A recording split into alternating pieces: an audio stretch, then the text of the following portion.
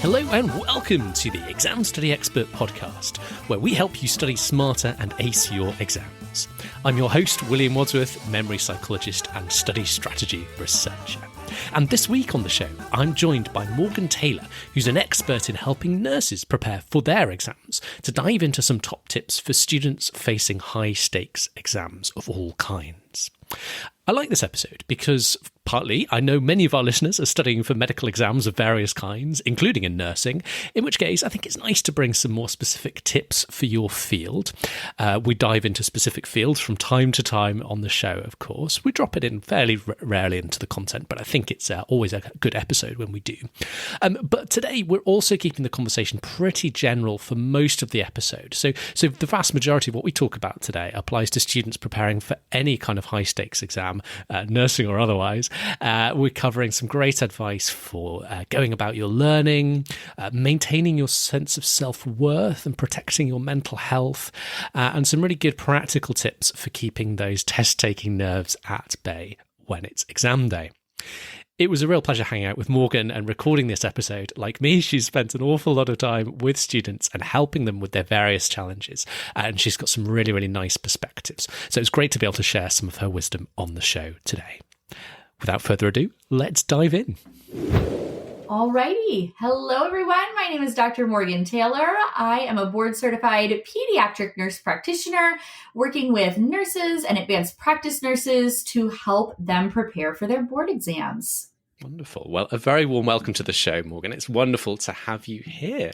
Can you remember when you were a nursing student yourself? I wondered if you could think back a little bit to your experience, just by way of introduction to this. So what were you like as a student? What were some of the things you remember from that experience in terms of things you learned, things you found difficult? Tell us a little bit about your own experience studying.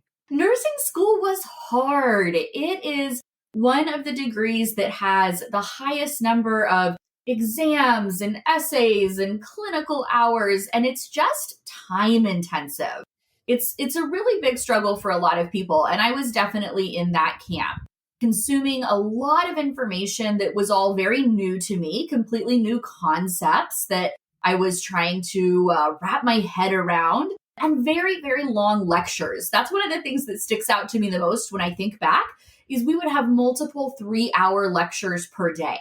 And by the end of those lectures, oh my gosh, I couldn't have told you one single thing that came out of my professor's mouth, no matter how engaging and wonderful they were. I was just toast by the end of it. We would go home and then we'd have long reading assignments, chapters and chapters of textbook that I really tried for my first year to get through. I took it very seriously. I'm going to read every single chapter. And I consider myself to be relatively intelligent and a pretty good reader, but gosh, I could not get through all of those pages. So really, again, I could ramble here for another hour, but just a massive amount of information, very complex information that was hard to process in just, reading and listening mode. Can you remember what you ended up doing? So did you manage to kind of get through just based on reading and listening, or did you end up doing something different that helped a bit more? Definitely not. It was pretty clear that wasn't going to cut it. Maybe it did for some people, but I was pretty miserable with trying to make that work and just not getting the information out of it. What I started doing was recording every single one of the lectures. I asked my professors, for permission, and I did a little voice recording.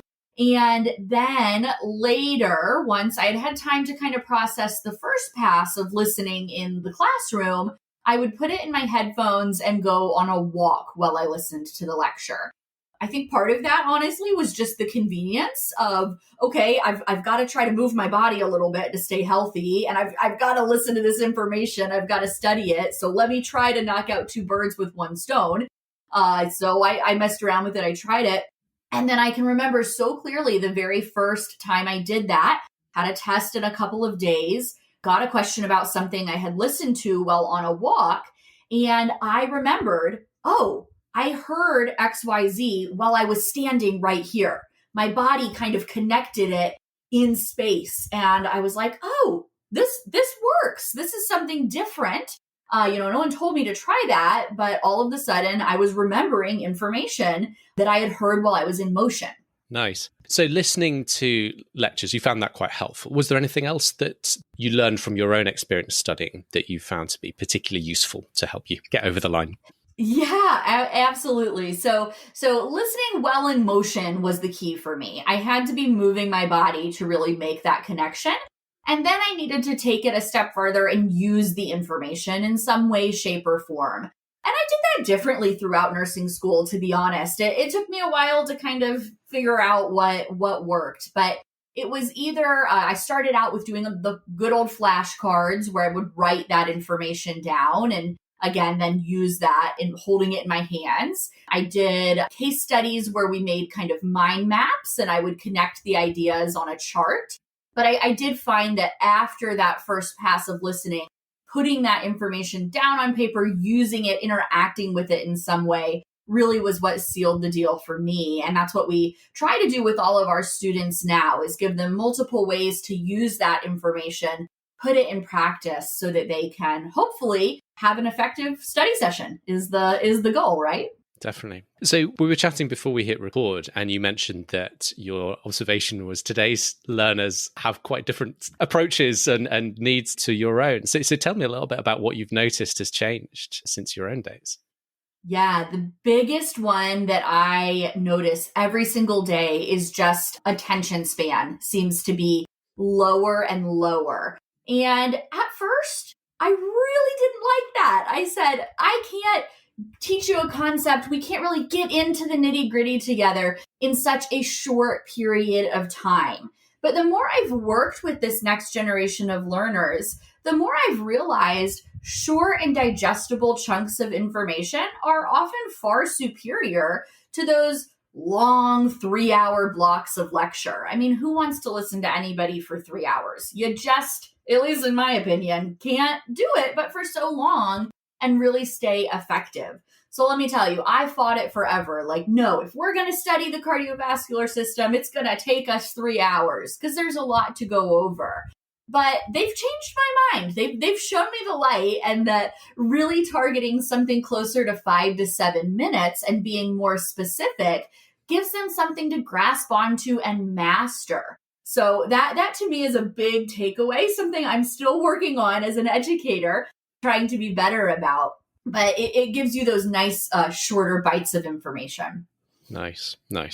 So we've talked about, you had that example where you kind of transferred the information into a format you could digest on the move. You're talking about the critical importance of using the information, so doing the flashcards, doing the case studies, and so forth. And you were talking about kind of more recently your thoughts around kind of chunking up the information, bite-sized pieces, taking it a piece at a time. So some really nice ideas. Are there any other of your kind of favorite tips or tricks for students, whether nurses or perhaps otherwise, that would be helpful to share in addition to those? Sure. So this might be taking us on a little bit of a tangent here, but bear with me. Please do. For me, one of the biggest barriers when it came from translating what I had studied, where I really felt like, okay, I did this, I worked with the information, I feel confident, to then achieving a high score or a good result on an exam, was this mental block, which I now know to be severe testing anxiety. I had a lot of trouble sitting down, a pen and paper. Now sometimes they're on the computer. My mind would go blank. And I thought that was just me. I didn't talk to anybody about that. I had a hard time finding resources to address it. Now I know that does happen to a lot of people in different variations, different degrees of severity. But you can really study hard, effectively master the content, and then sit down for the big day, the big exam, and it not go as well as you would have liked it to. So I really work with every single one of my students on preparing for that, talking about that, not keeping it hidden in a closet. No one's, talking about anxiety, making sure that we know strategies to address that, so that all that hard work you put in can then translate to the grade, the score, the outcome that you're looking for. Absolutely. So overcoming test anxiety then, what are some of the things that we need to think about? Yeah. What are some of the things we might think about? And you're absolutely right. Like it is surprisingly, or not perhaps surprisingly, it is quite common. And it's something that listeners and my clients talk to me about. Yeah. I was certainly surprised by it. Like, no one told me that that could be a thing. And so I didn't talk about it. And I do think that that is something that we should talk about more. I think the more you're aware of it, the better that we can prepare for it. And that's kind of my cornerstone working with students. The first thing I'll talk about is I bring it up to everybody. I say, even if you're not what you would consider an anxious person, if you don't have this, I still want to talk about it. I want to prepare for it and give you strategies to go into that, especially if it's a high stakes exam like your boards. Those types of settings induce a lot of stress. So knowing that that is there, just putting it out and talking about it beforehand, I think can do a lot of good as a first step. Secondly, especially on those high stake exams, I like for students to practice and simulate the environment as close as possible.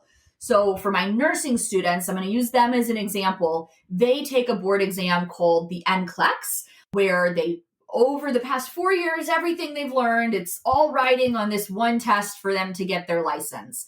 And for a lot of people, the stakes are very high. They've maybe got a job associated with passing this exam. And when they go into that testing room, it is really a lot to handle. So I talk to them a lot about what's that room going to look like?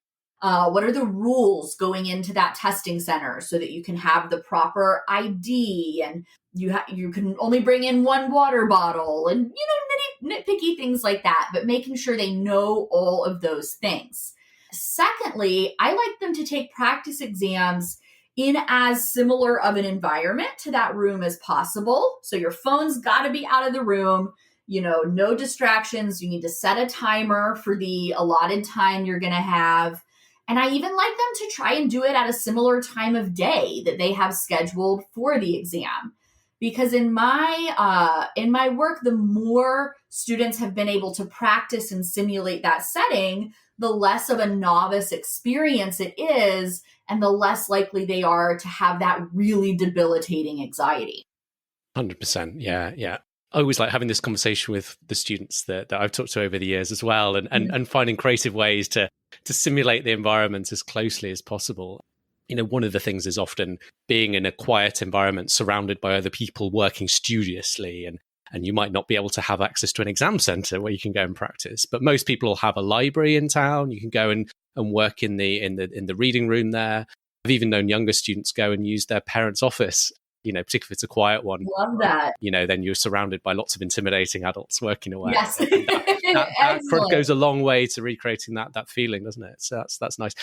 Even down to the little details. Like I had a student who was a radiologist in Australia, and he'd somehow managed to get hold of the exact rough paper that exam uses. So he was printing off like the exam style rough paper. So it had the same line widths and everything. And he was using that rough paper in his practice. So the tiny little details. Yeah, though they go a long way. Yeah, the closer you can match the practice to how it'll be on the day, the easier on the day will be.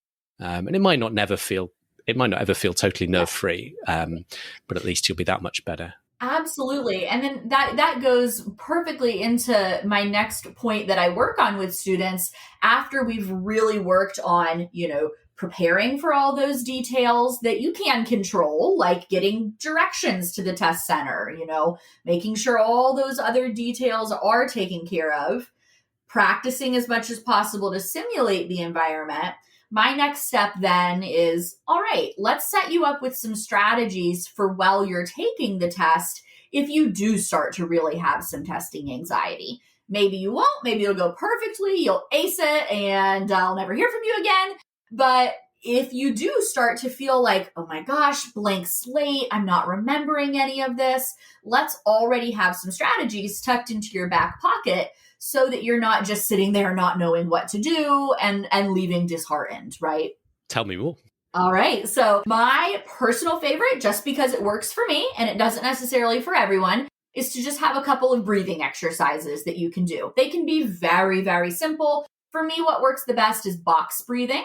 So I'll breathe in for 4, hold for 4, out for 4, hold for 4.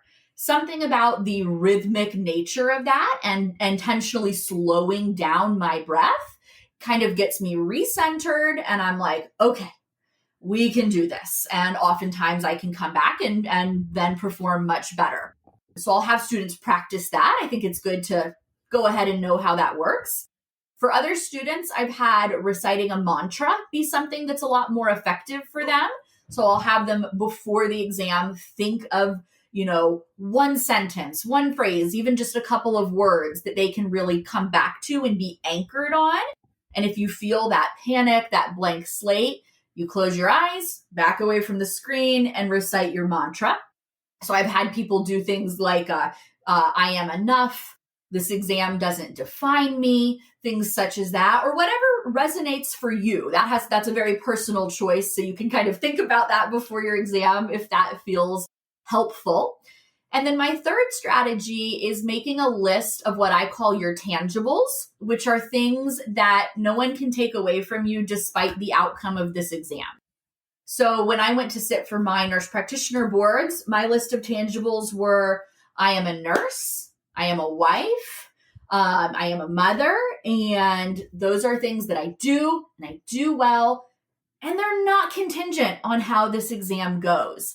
So for me, it builds a little bit of confidence back into you to be like, okay, I can do my best on this and it's going to be okay. So those are my kind of toolkit that I like to practice beforehand. Yeah, that's really nice. Yeah, really nice. I think you're right. People often neglect the kind of exam taking process at the end of the studying. And it's funny, you might spend, for a case of a big exam you've worked on over many years, it's thousands of hours of work goes into maybe 3 hours in an exam. Right. And then it's over. Those are 3 pretty critical hours. And this isn't to heighten your anxiety, but just a little bit of forethought into how you'll play the game on the day. Absolutely. And that's part of the reason why you can have so much anxiety during those 3 hours, because so much went into it beforehand. And like we said, oftentimes there's a lot riding on it. And I think it's okay to acknowledge that and say, this is really important. Maybe this is the biggest test I've ever taken before.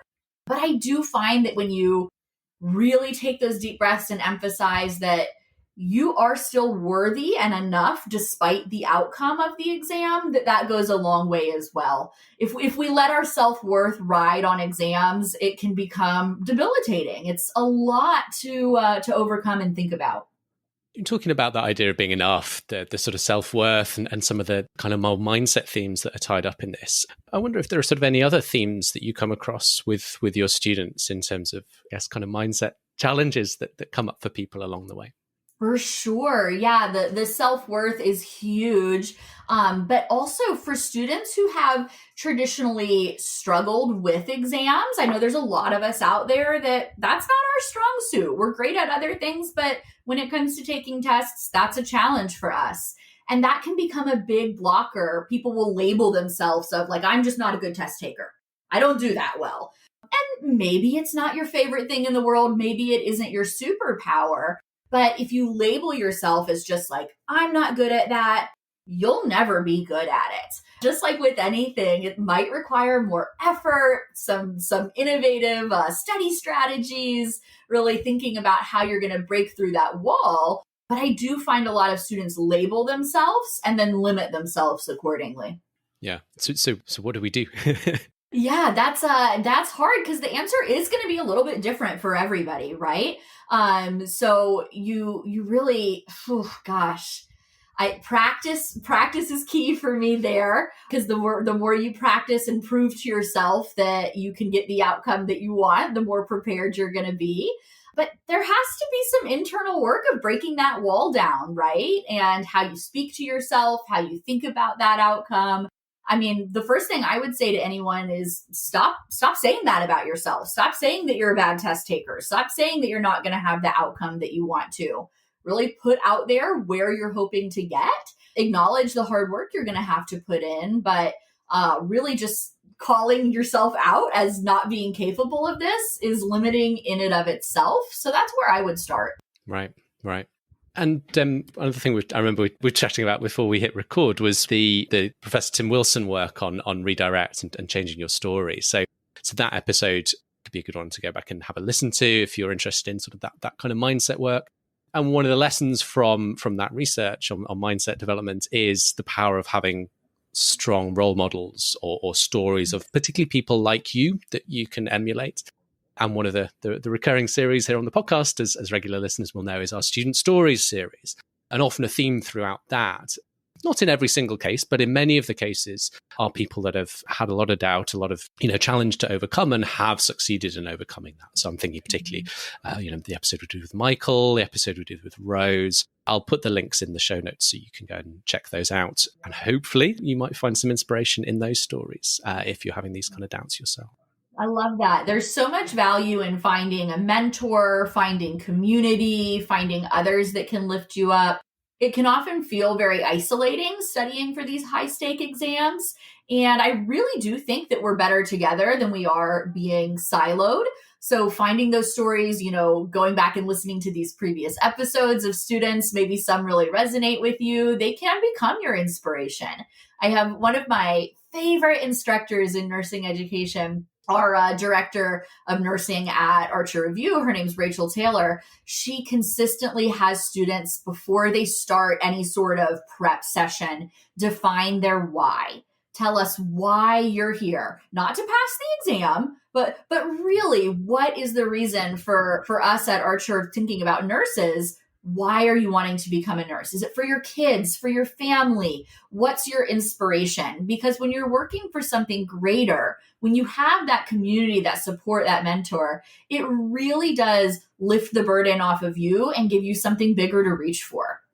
100%. Good. So look, we've had quite a wide-ranging conversation. Are there any other sort of specific, I know it's a big open-ended question, but are there any other sort of major challenges that often come up for your students that we haven't touched on so far? Sure. There's an interesting one in the nursing education world right now. I'm interested to see how this applies more broadly as well. But in our licensure exam, just back in April of 23, there was a big reboot, and they introduced a lot of new item types onto the exams. Some much more complex ways than just multiple choice questions to ask information. As an educator, I think this is actually a wonderful thing and moving in the right direction. As a student, it's incredibly intimidating when all you've ever practiced are A, B, C, D questions, and now you've got a complex grid or a matrix that you're highlighting different parts of. It can feel quite overwhelming. So learning how to take those items, really doing a lot of practice on all the different item types, that has been a big to-do in the nursing education world over the past really just 1 to 2 years. Yeah, no, that's interesting. I think the kind of the world of what are the best ways to assess students for a particular course, it's had quite a bit of attention in lots of fields recently. And again, some of the research is quite interesting. Typically boys tend to do slightly better on multiple choice compared to girls, and so it's important that you don't only rely on multiple choice as an assessment criteria, so that we're fair to everybody. So there's quite interesting things of that nature. I most certainly didn't know that. That is an interesting fact. Yeah. Good. I wanted to ask a little bit more broadly. You're obviously very passionate about the field and the career that you're helping people get into. I wondered, particularly for any younger listeners, potentially career change listeners who might be considering a journey into nursing, tell us a little bit about it. Why is it such an exciting place to be, in your view, that you've sort of dedicated your life to it? Absolutely. There is a lot to be said for the field of nursing in the variety of opportunities and doors it will open for you. We think of nursing as, you're wearing your scrubs, you're maybe in the hospital at a bedside, caring hands-on for patients, and that certainly is a huge component of nursing. But there are a plethora of other ways that you can be involved in the profession of nursing. So for me, I pivoted into the education world. We've also got hospital administrators, nurses sitting in boardrooms and in government. We have nurses who are authors, speakers, leaders in many different ways. Really, the world is your oyster. So it's a great point of entry, knowing that you will always have a job and that your career can pivot throughout your life. It doesn't necessarily have to look the same in your 20s as it does in your 50s. You can really adapt your career based on your life and where your passions lie. So not every career is like that. And I think that's a lot of what draws some people to nursing is just the adaptability that you'll have. Do you miss being in clinical practice yourself? I do, yes. I do. It's only been maybe just over a year and a half or so since I had my last bedside encounter, and I am starting to miss it. It does bring a lot of joy, really back to your roots of why everybody starts out here. And we'll see if I'll potentially go back in the clinic setting at some point. Good. Well, look, tell us a little bit about how people can use your world to help them on their journey if this is something they're pursuing. Certainly. If nursing sounds like a career that you're interested in, Archer Review is really here to help guide and support you from day one of that decision. A lot of what we've talked about today has been about that community, that support. You don't have to go at it alone. And I'm really seeking to create that throughout your entire nursing journey, so to speak, not just when it comes to one high-stake exam.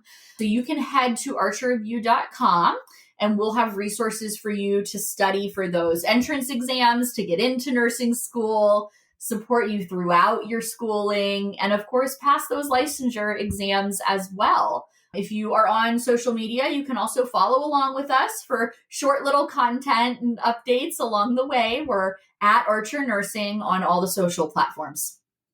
Smashing. Well, thank you so much, Dr. Morgan. It's been an absolute pleasure talking to you today, and we will put those links, as always, for people in the show notes.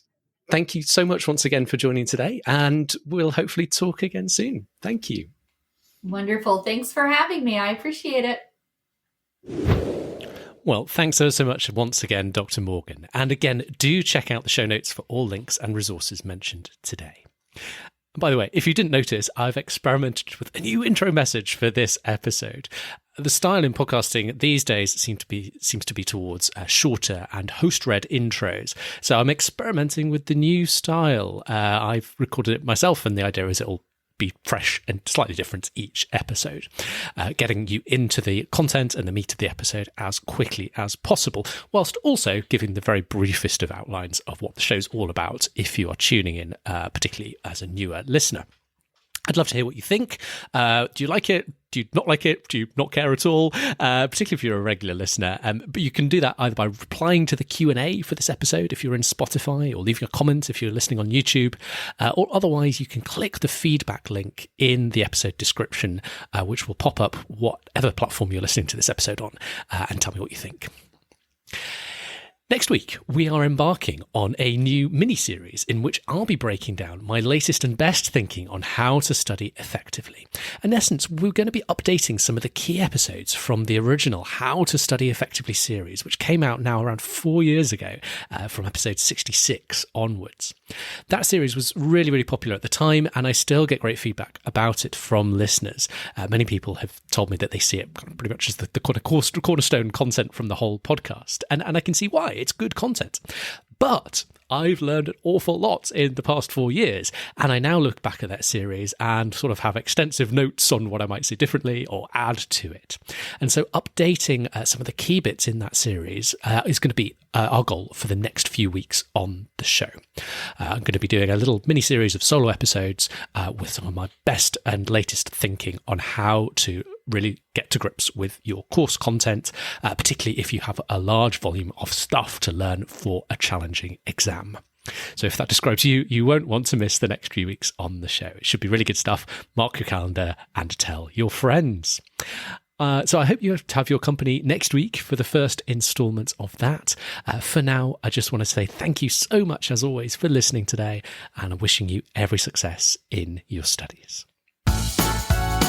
If you've got exams coming up, you can now get all of William's favourite tips and tricks to save you time and get you higher grades, all in one handy cheat sheet. Grab your copy at examstudyexpert.com/free tips. Thanks again for listening, and see you soon.